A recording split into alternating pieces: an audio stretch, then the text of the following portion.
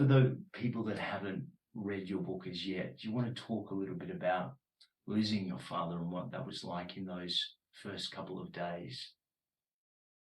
Sure, yeah. So I can just jump in and say that I was on the phone with his assistant Dee, um, who was on Maui, and she had been able. Would say that our dad, especially towards the later part of his life, he stopped watching the news. He really tried to just stay out of that world because it, like you just said, it's all fear based. I mean, fear sells, love doesn't sell as much unless that's what you're out there seeking. So if you're watching, the nightly news, you're going to be bombarded with negative fear-based stories. It's funny because I actually did an interview after the GoFundMe for like a local news channel because for New York, and because the GoFundMe got some publicity, and they interviewed me for like 10 minutes, but the story only ended up being like a minute, and they clipped it. So it was the only two negative things I said, but they weren't even negative things, but they took a piece of it and made it sound like they made it sound like I was fearful for my brother's life during the fire, but I wasn't. We really were never fearful of that. I said that I hadn't heard from him because there was no cell service, but they cut that part out and just made it sound like I was, because that's what sells. And I think that our dad would say, your thoughts create your reality, and if you're choosing to immerse yourself in fear-based stories and ideas, you're going to have thoughts that mimic that, and you're going to stay stuck at a lower vibration, and that's not what any of us ultimately want. I would echo what Sage said. I remember being on Maui with my dad when he was putting on a big conference on Maui. A lot of people had flown out to attend a workshop with him, and I think it was ABC News had also flown out to just have him on as like a guest for whatever reason. And he had recently at that time been diagnosed with chronic lymphocytic leukemia, which is a chronic type of leukemia that typically you don't treat with chemotherapy or radiation. It's sort of almost like you just do a blood test like once or twice a year to make sure your numbers are staying the same. And it's not something that you treat or need to treat unless it were to go to acute. So it's just something that people can live with. And anyway, I remember he mentioned that on the interview that they did with him. And he talked about how it just wasn't something that was going to consume him, and he wasn't going to be weighed down in the fear of it, and that it was something that he just thought was like, okay, it was something that he could just have, a loving response to. And I remember that they, when it aired, it was all about leukemia, and they had interviewed doctors that were not treating my dad, that my dad had never met, talking about how, no, you really have to be doing blood tests all the time and following up with doctors and specialists and all these different things. And I remember watching that clip and thinking, wow, I was there that whole week with all those people that had flown in to attend a conference where he talked about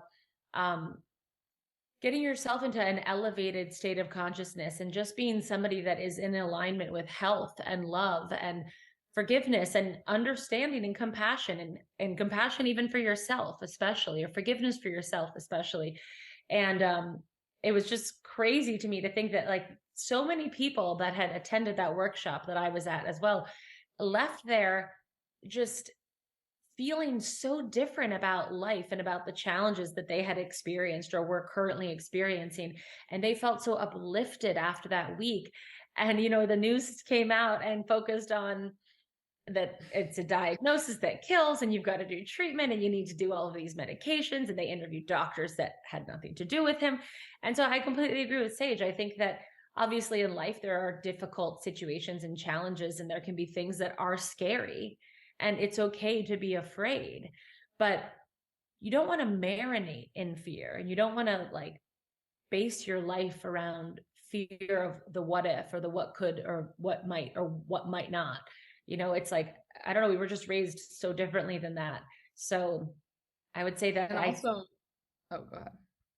No, go ahead. No, oh no, I was just I thought you were done, but I was gonna say, um also the idea that when there, of course there are challenging times and horrible things that happen and they're real and it's not the news skewing things, and um and that's just part of life. But the way that we were raised by our dad was to always shift as soon as you can when you're going through a difficult time. Shift it to what can I learn from this? How can I grow from this? Am I going to allow this to defeat me and minimize me, or am I going to allow this challenging situation to make me bigger, better, greater, more compassionate? And I can say that, like, when our dad passed away, it was initially such a shock, and it was, at that time in my life, the hardest thing that had ever happened to me. But at the same time, it was an experience that revealed a whole new side of me that I am proud of. And it allowed me to feel a sense of compassion for other people that was totally unfamiliar to me before that. So I can look back on that situation, and obviously grief is an ongoing, it's been what, 8 years since our dad passed away? Yeah, 8 years. But and grief is an ongoing, lifelong process. So, but I can look back on that experience, those initial months, and think how beautiful it was as well to challenge myself to what are my beliefs about this. When nobody you love deeply has ever died, I think it's hard to know what you believe about death and what happens after death, and what you believe in. Is there life after death? Are we a soul having a temporary human experience, or is it the end when it's the end? And so yeah, I can just reflect on that and think, like, how much that made me grow, and what a greater uh, understanding of the world and who I am I have because of that. So I think that can be said for any difficult situation that you're going through.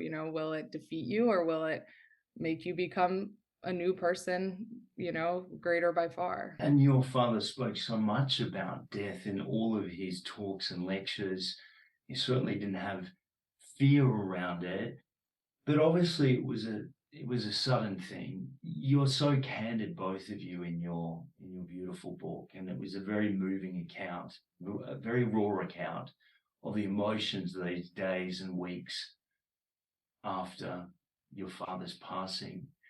For the people that haven't read your book as yet, do you want to talk a little bit about losing your father and what that was like in those first couple of days? I was on the phone with his assistant, Dee, who was on Maui, and she had not been able to get in his room, in his hotel room. He lived on Maui full time, but he had a condo there. But the condo was under construction. And so he was staying at a hotel next door. And Dee had a key to his room, and she was bringing him his green juices, in the morning.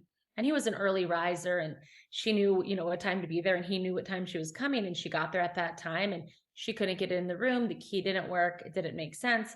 He wasn't answering his phone. And so she had waited. She knocked a whole bunch, called him a bunch, left, then came back a couple hours later, and she called me and basically said that, she asked, had I talked to him that day? Had any of us talked to him that day? And I said, no, I'm at my mom's house right now with my sisters and brothers. And I said, no, none of us have talked to him. Sage was in New York at the time when this all happened. And so Dee said, okay, I got security, and they're going to come in and they're going to, like, open the door. Essentially, they're going to kind of have to go through the side connecting door because his door was dead bolted, which was very odd. So I was on the phone with Dee when the door first opened with security, and I heard she dropped the phone, and I heard her just start yelling, oh no, oh Wayne, oh no, oh no. And I was sort of yelling, shouting, screaming, what are you seeing? What's happening? And I said to her, do CPR, because I'm thinking, like, maybe he's choking. I didn't realize at the time, obviously, this was a very big shock, and I was finding out the information as she was seeing it. So it was so frustrating because I was like, what are you seeing? What is happening? But she had dropped the phone. So anyway, finally she picked the phone back up and she said, oh my God, I'm so sorry, Wayne, oh no. And I said, do CPR. And she said, if you could see what I could see, you would understand. but I'll do CPR if you want me to. And I understood at that moment what she was saying, that she was saying that CPR wasn't going to bring him back, that he was clearly gone. And being on the phone for that, it all happened so fast. And it was sort of like, it was very surreal and it was very shocking. And I remember pretty much right away, I at some point I handed the phone to my mom so that she could talk to the police officers, the paramedics that were there. And then I called Sage. And I don't know if you want to take over that part when I called you.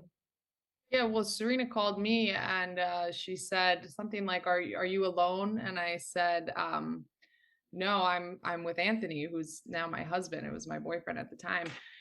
And so I had just gotten back from Australia, and I had been traveling with my dad and our sister Sky and her husband for 3 weeks in Australia and New Zealand. And I was jet lagged, and it was like the day after I got back or 2 days after.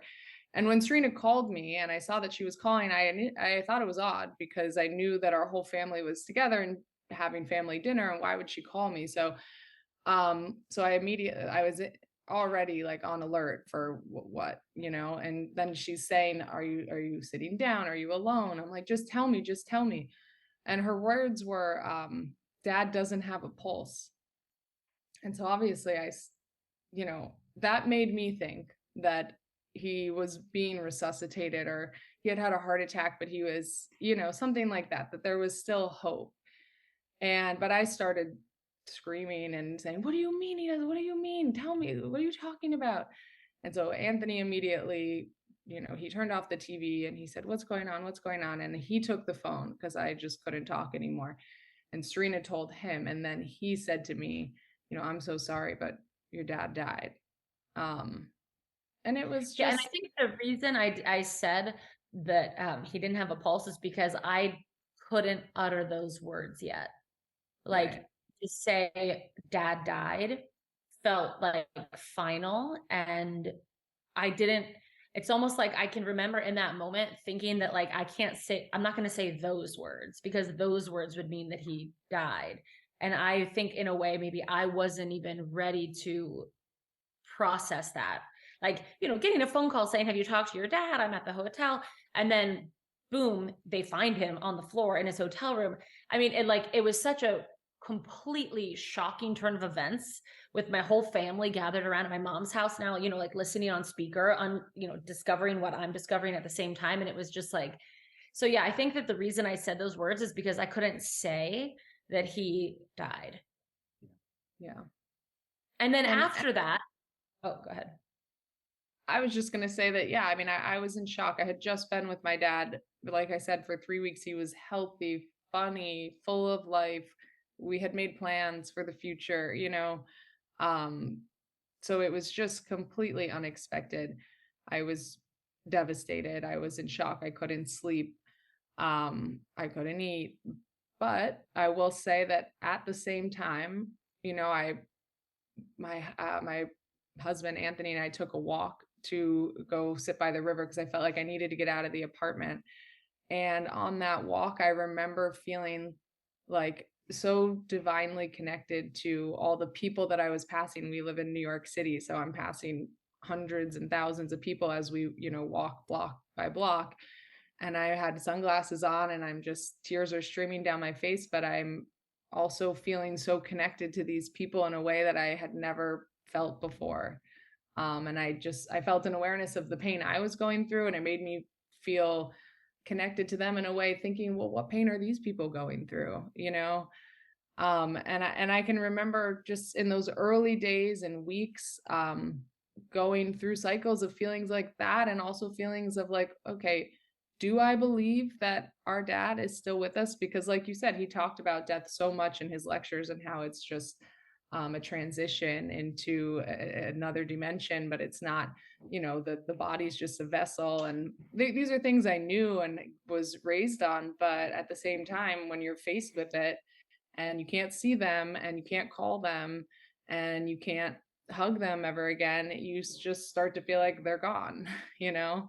And that is how I felt at times. But I also felt challenged to, you know, look deeper into that. And I still felt like, okay, let me seek some proof and let me ask my dad for signs and confirmation that he's still with us. Like, you know, if everything you taught us is true, then prove it to me, type of thing. And there was a lot of signs and proof. Yeah. Yeah, I did the same thing actually the day that we found out that he died, which was August 30th, 2015. And you know, after like, you know, having to tell people and tell our dad's brothers, our uncles and his friends, and just being on the phone, and it was just like I was still kind of in shock. I don't know if I had even cried yet. I think I was just still completely in shock. But when my husband and I had at the time a 5-month-old, when we got back to our house from my mom's house, I said to my husband, I just need to be alone for a few moments. And I went upstairs and I locked myself in our bedroom, and I just sat down on the bed and I said, I need a sign. I said, if everything you taught is real, then I need a sign from you right now. I need you to prove to me that it was a temporary human experience, and that your spirit is still here, and that heaven is not a place, it's a state of being, it's an energy, and that I can connect to you now that you're in that energy. And I need you to prove to me that everything you ever taught was real. You know, of course, he used to joke when we were younger that I was always like challenging him and being difficult in a lot of ways. So of course, you know, a few hours after he died, I'm already making demands and commands, but that's what I was doing. And I was sitting there and I felt like I didn't hear his voice. It wasn't like that, but it was like my own voice popped into my own head, you know, like your voice, you talk to yourself, I'm sure, like, oh, I really don't want to do this, but like, I got to do it. You know, like you sometimes have that inner dialogue. It was like that, but it just came out of nowhere. And it said, listen to his podcast. And so I had never in my life, as God is my witness, I had never in my life listened to his podcast or his radio show. I knew he had one, but I never tuned in. And I just, on my iPhone, I just did like on the search bar podcast, and I didn't even know that I had an app already downloaded on my phone called Podcasts. And now remember, 8 years ago, before podcasts were such a common thing. But I opened the app and I just typed in Wayne Dyer and I pushed play on the first one that came up, and I listened to it, and it was bitter because I was just, my brain just kept telling me like, I'm never going to be able to talk to him again. I'm never going to be able to talk to him again. Sweet, because I thought it's so wonderful that there's so many videos and tapes and interviews and recordings of his life's work that I will be able to read and get in touch with for the first time, because I never really read any of his books while he was alive. And so I listened to this podcast 15, 20 minutes or so. And at the, you know, it was winding down. It was like, I could see on my phone, it was like the last 30 seconds. And I was thinking like, I mean, like that was cool, but like, it was nice to hear his voice, but like, that was not a sign. And I was like, what the hell was that? And just as I'm about to end it, you know, like it's coming to an end, he says, now, if everybody listening could take a moment and send my daughter Serena some love right now, because she's going through a hard time. And I was like I even rewound it. I was like, did I just hear that right? And I just started sobbing, and it opened the, you know, all the sadness, the grief, the fear, the love, the everything. It opened it all up for me in that moment, because I felt as though, I mean, I have no idea when that podcast was recorded. I don't know what hard time I was going through at the time that he mentioned that. But in the moment that I asked for a sign, and I wanted light bulbs to explode, and I wanted the curtains to like blow, and that didn't happen. A quiet voice gave me instructions. And because I was so desperate to have a sign, or I was so desiring a connection with him, I listened to it. Whereas maybe in other times of my life, my constant chatterbox mind would have bypassed that as like, well, why is me listening to a podcast a sign? Like, why is a voice in my head a sign? Like, that's not a sign. I want like, you know, lights to flash, whatever. And so I think because in that moment, I was so desperate and so much wanting to connect with him, I paid attention to that really quiet voice. And I'm so glad I did, because from that moment on, from the day I found out about his passing away on, I stayed open to knowing and trusting and receiving signs from him, guidance from him, and signs from the universe. Now, that doesn't mean I didn't grieve. Doesn't mean that I didn't really miss my dad, because I really missed my dad, and I still do, and I always will. But from the very first day that I found out that he passed away, I was aware that he was going to give me signs, and he did, and they were a lot, and they still are, and they were miraculous. Some of them in our book, we wrote about how 3 months after that, we were with a medium in New York that was a crazy, chance of circumstances that got us to her office, and she told me I was pregnant. And she said, your dad is saying you're pregnant. And I said, no, no, no, I have like a 6-month old, and my dad met my daughter. He knows I'm not pregnant. And like, I couldn't even think of a time that my husband and I had hooked up, because my dad had only died like 2 months before, and I was just still in this grief spot. Anyway, she said, no, your dad is saying 4th of July or fireworks, 4th of July. And I said, I don't know what that means. We were always together on the 4th of July. Like, I was trying to stretch what she was saying to make it fit. And she was like, all I can tell you is that your dad is saying you are pregnant and something about the 4th of July. And I was like, okay, I'm not pregnant. But everything she said for the remainder of that session was so spot on that as soon as we left, Sage and I and our mom and our sister Sky stopped, and I got a pregnancy test, and I was pregnant. I get a communication or a message or a sign, a very clear communication or a message or a sign, when I ask it out loud. And I don't know why. I don't know if it's because our private thoughts are private, and they can't always hear our thoughts. Maybe only God can, or I really don't know. But I find that when I speak it out loud, when I talk to, for example, our sister who passed away last year, when I talk to her out loud in the car, when it's just me in the car and I start talking to her, I feel as though the messages and the signs are just so clear and quick and accurate and beautiful. And I do get the chills, like you were saying, or that tingling feeling of like, I know she's right there with me. And so if anybody is feeling like they're not getting the signs that they're seeking, I would recommend speaking it out loud. Was it cathartic for both of you coming together and collaborating and writing this book? It definitely was. After my dad passed away and we were experiencing all these crazy signs and synchronicities and just moments of knowing that he was still with us, and hearing stories from, people around the world who were asking him to let them know that he was still with them, and we were, those stories were being relayed to us. And I just felt like I needed to start writing, and I wasn't writing a book. I was just writing, putting things down, things I didn't want to forget, and things that I just thought were really cool. And sometimes I would share them on social media, and other times I would just, write a little bit each week. And eventually, talking with some of our dad's colleagues and friends, and just different people he knew in the world of publishing and writing books, we realized that, or I realized that maybe I could write a book about my experience, because I think it's been unique. And eventually Serena and I started talking about this, and it turns out she was writing also, unbeknownst to me. I mean, just in her personal free time had started writing. And we decided to compare notes eventually, after maybe 5 or 6 months after he passed away. And we realized that like what we were writing had some common threads, and that maybe we should combine this together and put something out there.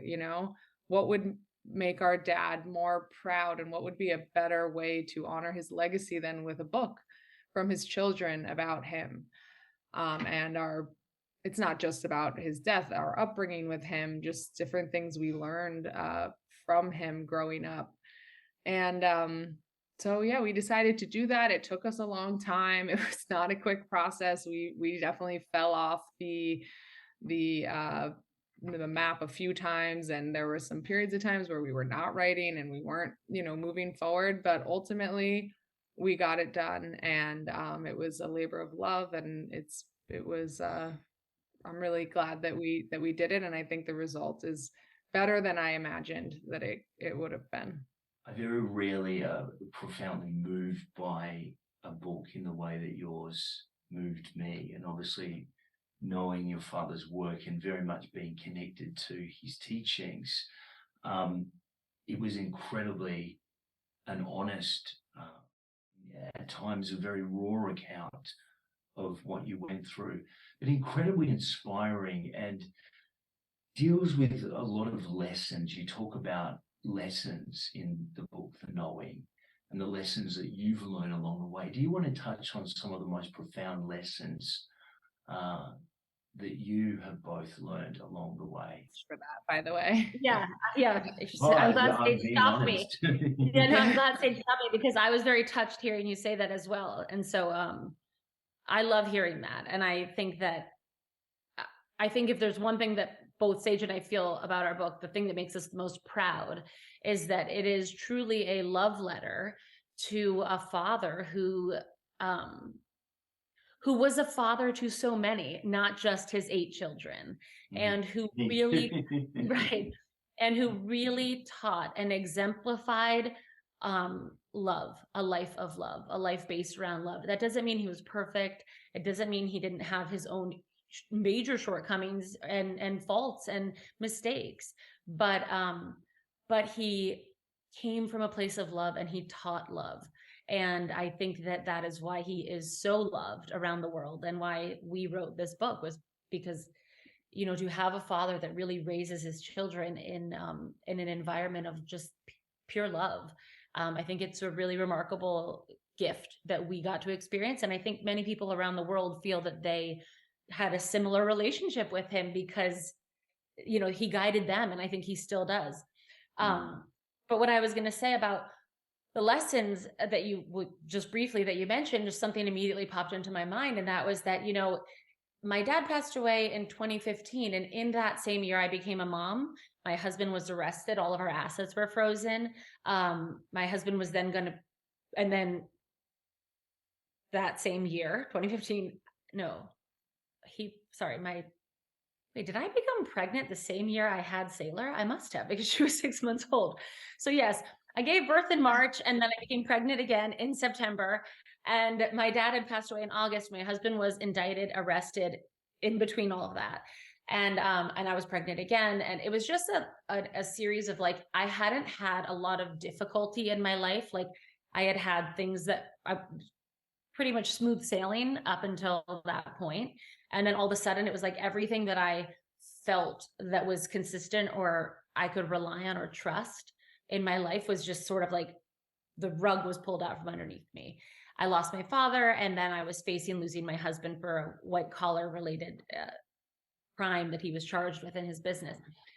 I had no financial struggles before in my life because I had a father that was very generous with his children and paid for our schooling and that sort of thing. And all of a sudden I had my dad was not there, and my husband was potentially not going to be there, and all of the money that my husband had was frozen. And it was just a feeling of like, wow, I really am going to have to grow up quickly overnight. And I guess what I kept finding was that I was really struggling with staying connected to, like, being easy breezy beautiful, like it's easy to be easy breezy beautiful when everything in your life is going for you.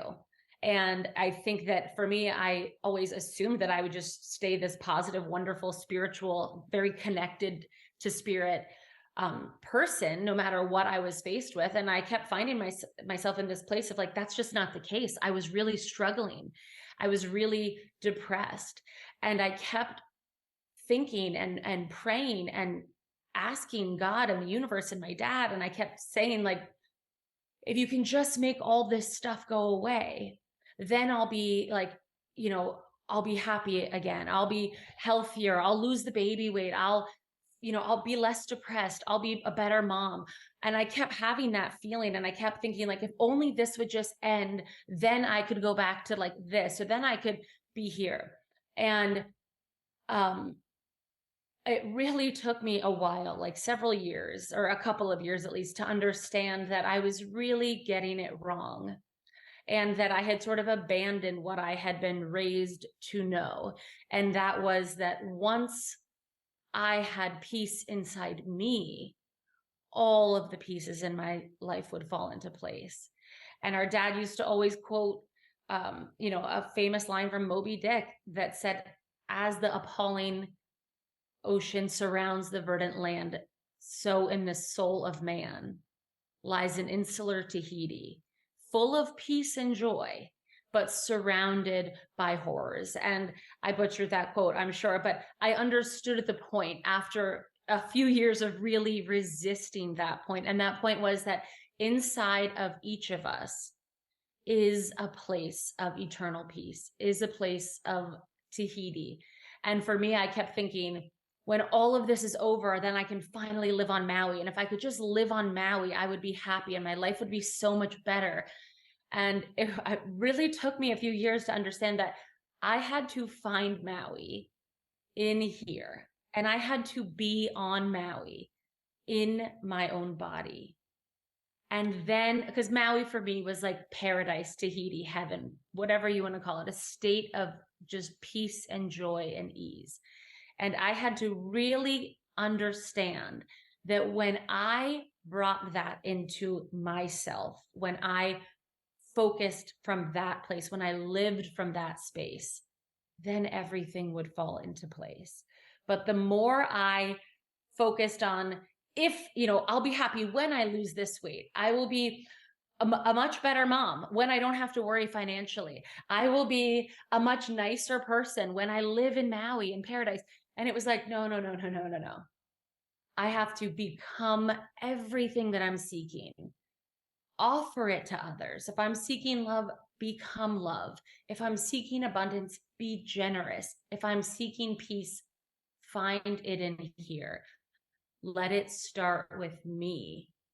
And then everything falls into place. And so that was probably for me the biggest lesson that I had to really learn and get.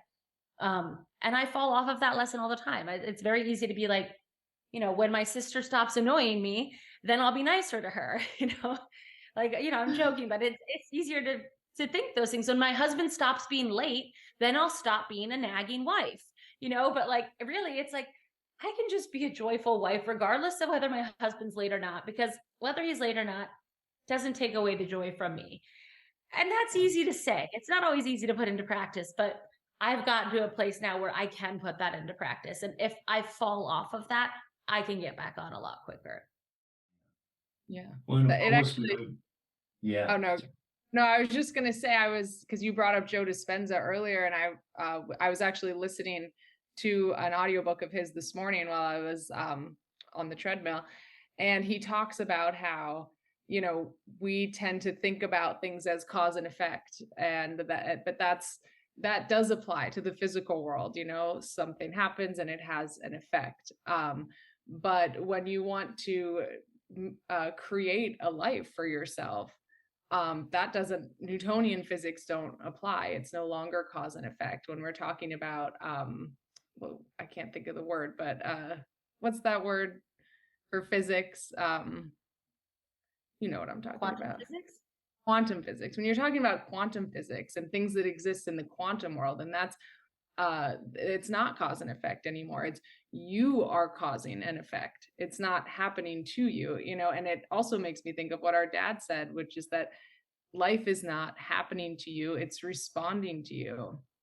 And like Serena was just saying, I've had to learn that lesson too in a different way that she has, but you want your life to change, you need to get inside and do the inner work, and then you'll see your outer world change around you. But it's not going to happen until you create the effect, by working on yourself, your inner world, getting quiet, meditating, envisioning. And yeah, that's been a huge lesson, I think, for both of us, because similar to Serena, my life was smooth sailing until my dad died, and I didn't go through the things that she went through, but I've gone through my own things. And it's been a lot of learning and applying the things he taught us that we just didn't have to apply to our lives until after he was gone. So Yeah. And one thing Sage just said that I just want to jump on real quick is that, our dad used to also say, you do not get what you want, you get what you are. And for a very long time after he died, and all of these bad things were happening in my life, things that I was viewing as bad, like, my stepson dying was bad. My husband being indicted and arrested was bad. Us losing our money was bad. I mean, these were things that, very easy to say these are bad and point to them as bad. And for a very long time, I was really struggling with like, what am I doing wrong? Why, like, what have I done wrong to deserve this? Or how bad must I be if this is like my karma? Or if we don't get what we want, we get what we are, I must be bad because bad things are happening to me. And it was really through the process, honest to God, of writing the book that I came to understand that so differently. That um that not I could change the way I was looking at the things that had happened in my life and that were happening. And if I could change the way I viewed them, like our dad used to say, change the way you look at things, the things you look at change. That wasn't just a little clever play on words. It was literally, if you can change the energy that you are bringing, the way that you view a situation, and if you can start to view that as, what is this teaching me? What is the gift in this? Surely, if God is behind all things, God is behind this too. So, how am I, or who am I, to doubt the unfortunate gifts that I have received? And I say unfortunate gifts because losing a child is tragedy. But can I find the gift in it? Can I find the love that transcends the loss? And the answer was yes to all of that. So when I say you don't get in life what you want, you get what you are, I think that I was someone that before I even incarnated said, I want to come to this life and I want to grow. And I want really to grow. I want my soul to grow. And I want to learn how to become more kind, more beautiful, more understanding, more forgiving, more loving. And I want to be someone that can just grow in my soul. And I think that God and I agreed that there would be some challenges then, because you don't grow by staying the same. And you don't grow by I never think being everyone forced. signs up for growth, Right. ultimately, but some of us just get off track at times. But there's, you can always get back on track. But I think ultimately that is the purpose of this experience on life, is growth, for Yeah. everybody. And I think that when you're in a really difficult situation, and I think what ultimately you find is that in your greatest challenges, in your greatest struggles, you receive the ultimate gift, and that is when you cannot change what is happening in your life. The only power you have is in how you respond to it. And that can make all the difference in the world. Are you going to become smaller, meaning more angry, more resentful, more of the victim when difficult things, tragedies, breakups, financial losses, divorces, when those things happen in your life? Are you going to become angrier, more resentful, sick, the victim? I mean, you could go on and on. Or are you going to say, how is this going to transform me into somebody far more beautiful, kinder, loving, forgiving than I ever was or would have been had this challenge not happened in my life? And you get to choose that. And that is the ultimate freedom, in choosing how you respond, because that is what the universe then responds to. And so it's like, if you respond with anger, that's okay, but let that go now and pick something better, because you're going to stay in a state of anger. You're going to keep receiving more and more experiences that will make you angry, because that's what you're aligned with. So it's like, I used to think I was bad for having all these bad things happening. And then I realized maybe all of these things are happening because if no challenges had ever happened in my life, I would have never been challenged to really find out who I am and what I'm made of and what I'm capable of. And because of all of these challenges, and listen, this took years. This is not like a thing that happened overnight. But because of all of these difficult things that happened in my life, I was able to say, I choose to become better because of it, not smaller because of it. Well, this opens up a fascinating conversation because many people have taught us, from the likes, I don't know if you're familiar with Dolores Cannon. She's out there all over the internet now sharing, she's passed on as well, that we're here to manipulate energy, that we have that power. And Joe Dispenza talks a lot about energy and how we're here to alchemize and shift.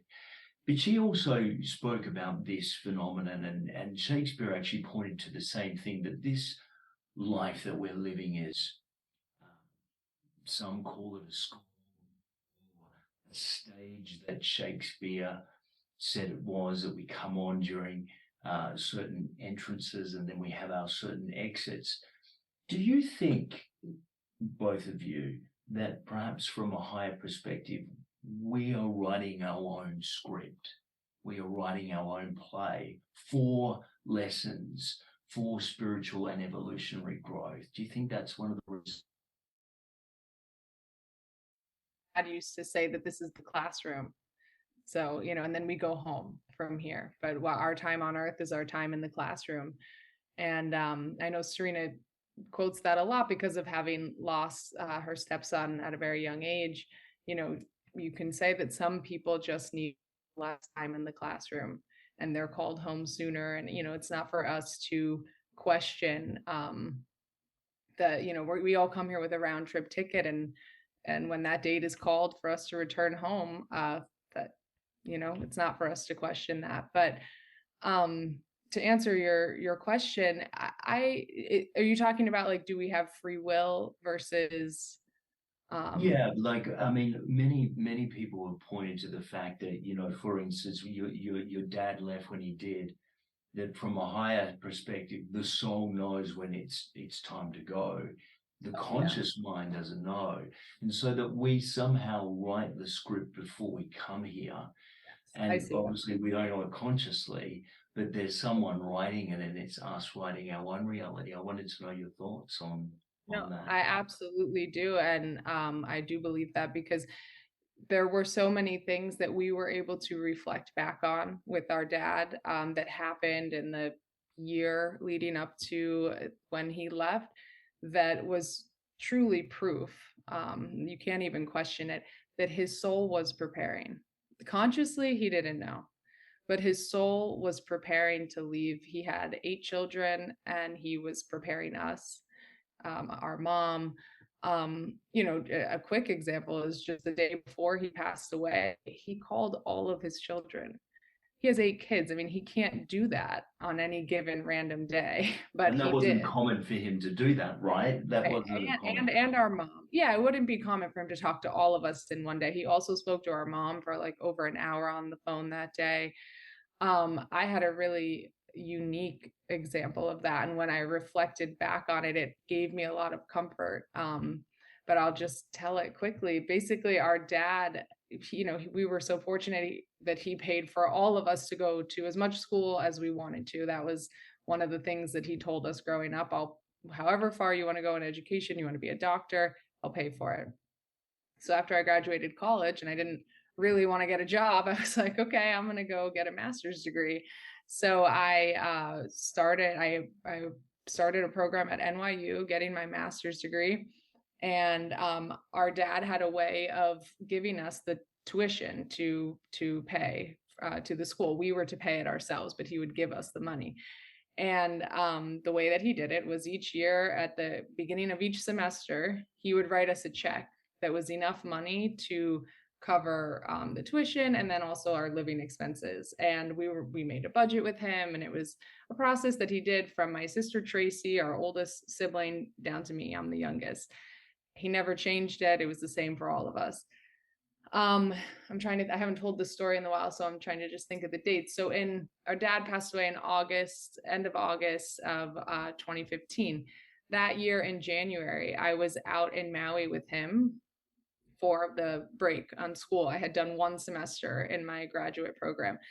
And when I was there, he gave me a check that was supposed to last for that, winter semester. And then he would give me another one at the end of the summer for, the fall semester. And I still had 2 more years after that to go of my master's program. So that he gave me my check in January. I went back to New York and went on with my life. In February, a few weeks after I had left and we had done that, he called me and said, and he sounded very serious on this phone call, and not his usual, jovial, upbeat self. He was a little more somber and serious. And he said, Sage, I just mailed you a check for all of your remaining semesters at NYU. This is a lot of money, more money than I've ever even contemplated having at that time in my life. It was like 22 or something. No, it was 24. But and he said, I just mailed it to you and I want you to cash it. And I want you to make sure that you use it correctly to go towards your school and you budget it. And he gives me this whole lecture. And I say to him, Dad, why are you doing that? I don't even feel comfortable accepting that much money from you right now, all at once. Like, let's just keep doing it the way we've always been doing it. I can rip up the check when it arrives. And he said, Sage, I insist. And I said, okay, but why? And he said, if anything were to happen to me, I want to make sure that I fulfill my promise to send you to as much school as you want to complete this master's program, that I committed that I would do that. And when he said that, I got very upset, really thinking like, well, why, you're in your 70s, like nothing's going to happen to you. Let's just keep doing it the way we've been doing it. And he really insisted. So when I got the check, I deposited it. I opened a separate checking account so that I could keep doing it kind of the way we did it, like transfer that money to myself every 6 months. And so, I didn't want to go around thinking I have this money bag, spend all my money in one place. But so 7 months after that, he passed away. His soul was making its preparations 7 months before. And had he not given me that money, I mean, I probably wouldn't have dug into my own money. I wouldn't have gone into debt to do this program. And besides that, he wouldn't have fulfilled his promise to his daughter. And his soul made the preparation before he left so that he could. On no conscious level did our dad say to anybody that his life was going to be ending that year. But there were moments where he made preparations, and whether he realized it or not, he was doing that. And it was really a huge aha sort of moment of comfort for me to realize that, like, things aren't random, things aren't happening by accident. This was divinely orchestrated. It was on purpose, and a part of him knew it at certain times. And it was proof to me that this was on purpose, that it wasn't for me to question with my ego and, my lower level thinking and getting angry and upset. It was, this was the right time. Well, you say right time, but I know that it was great shock for the whole family. And of course, because it was so sudden, but so many people that loved and adored your father, there was that shock. Did you both ask the question, why that way and why then? And why, he could have been around for a lot longer? Had you got an answer for that? In terms of that way and then and all of that, for me, I feel very strongly that my dad was not somebody that I don't think that he viewed life as like the value is in the number of years that you have. I don't think that he viewed it as like, if you get to 100, you won the gold medal. I think he never wanted to be somebody that was very sick, or that didn't have control of his body, or that got really old and couldn't move. He was very active, like very, very physically active, a swimmer, did long walks, did yoga. And I think that he left when he was ready to move on to the next thing. I think that his purpose on earth was fulfilled, and that was to teach self-reliance, which turned into self-love, which turned into divine love. And I think that when he got to that point where he had fulfilled what he had come here to do and to teach, he was ready to go to the next step, the next place, the next level, if you will. And I have received, Sage and I, all of us in our family have received so many messages of people around the world that have said that that they feel him, or they've become aware of him, or they've learned about him, or they are, reading his material more now than even before when he was alive. And I think it's because his soul was ready to come to get to the point where he could reach more people and touch more lives without the confines of the physical body. Well, you almost said exact word for word of where I was going with that. I love the synchronicities, even in this conversation. And I have learned that as well, that great masters, and I put your father in that category very intentionally, great spiritual masters, their work doesn't stop when they leave the body. Often it goes on, and they can do so much more from the other side, because I know you both get the sense that, your father did not die with his music in him. But even though the physical body isn't here, he is still here. And when we learn about, this way I love about quantum physics, when we learn about dimensions, and I always give this analogy and this example because people can easily understand it. It's like a radio station. We're tuned into this band of frequency that we call 3D reality. We're having a Zoom conversation now, but there's all of this totality of reality that's existing outside this little spectrum that we're tuned into.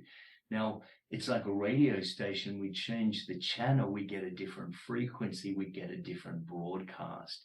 So what I learned, and I'm sure you will agree with this, when people leave the physical body, they don't actually go anywhere. They just move dimensions. So they're still here. We can tune in anytime we want. I want to talk about your father's legacy because it's such a profound legacy. Many call him the father of motivation. What I love about this, and I've studied through many people and seen a lot of people over the years. What's so true, I think, about your father is he was the real deal. He lived it. He wasn't just one of these people that got on camera, wrote books, and was different behind the scenes. I mean, he really lived what he preached.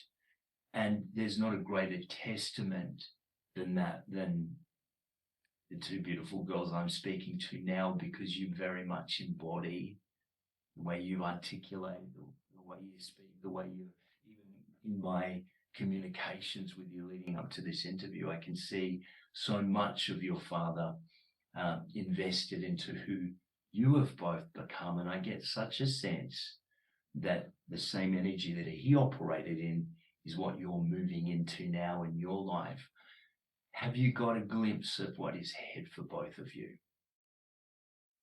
I love the way you said that. Oh, we always do this. We always start at the same time. No. Yeah.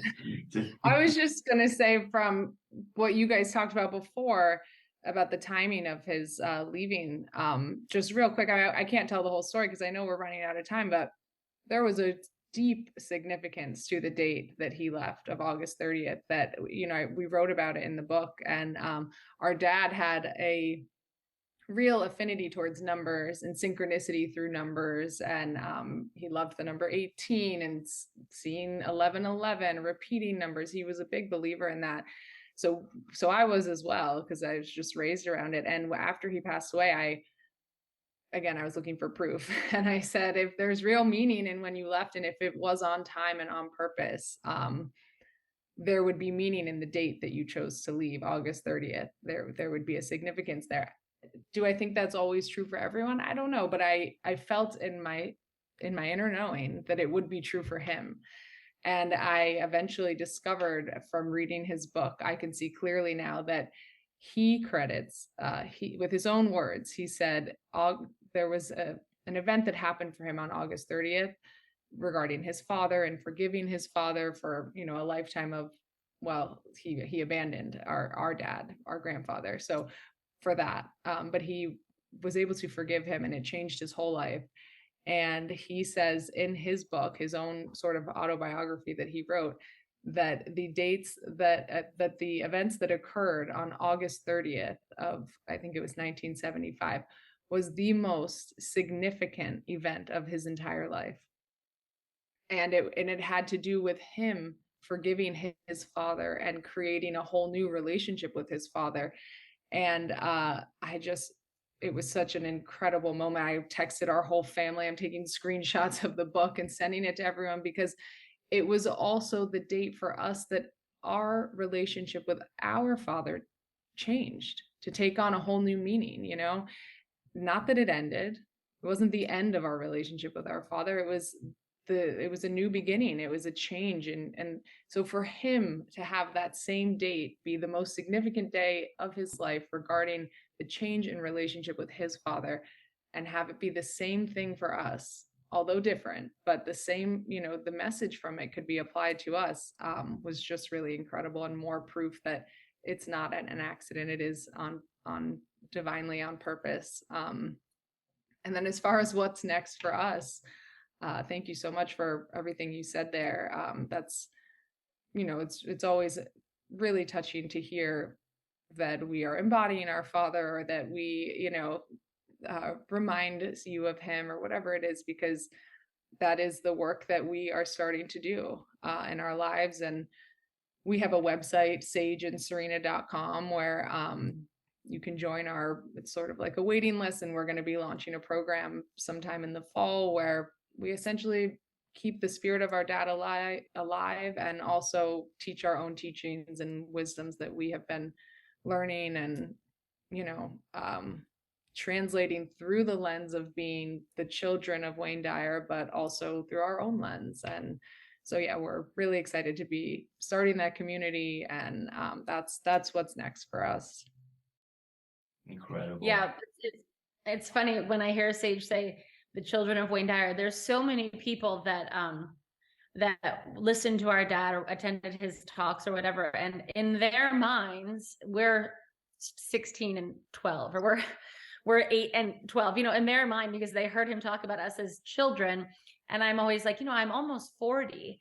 So I'm not exactly the child anymore, but it just always makes me laugh, because people sometimes are like, oh my God, I just pictured you to be like 18. And I'm like, well, because when he told that story, I was, but obviously I got older as well. But yeah, I agree with everything Sage said. I think that I really wanted to like be, you know, I don't know, just getting like, I don't know how to say this without sounding like ridiculous. For so long, I wanted to like, you know, be on a stage or writing books or be doing a talk show or a podcast or something. And I was so not ready when I look back on who I was then, and who I thought I was, and what I thought I knew, and you know, what I thought a lesson was. I've come so far since then. And I, when you said, you know, where you're really started, you said something like, I can see how you both are starting to become that, or starting to do that. And it felt so authentic to hear you say that, because I think for the first time to hear someone say that, I don't feel like a fraud. It feels right. And it feels like, wow, I really actually might have something of value to say, or a lesson to teach, or something that I could offer on my own. And so I think that Sage and I are both sort of in this place where it's like, we really have come to embody or experience or dance with so many of the lessons that our dad taught, and that we're now both sort of at a place where they make sense, and we've applied them to our own lives, and now we have our own experience to share. And so, yeah, I look forward to continuing to do this sort of work, and to do speaking and writing and connecting with people in this way. And I say, if you would like a message from our dad, from your loved ones on the other side, from your spirit, from God, from your guides, ask, and you will receive. Just ask, ask, ask.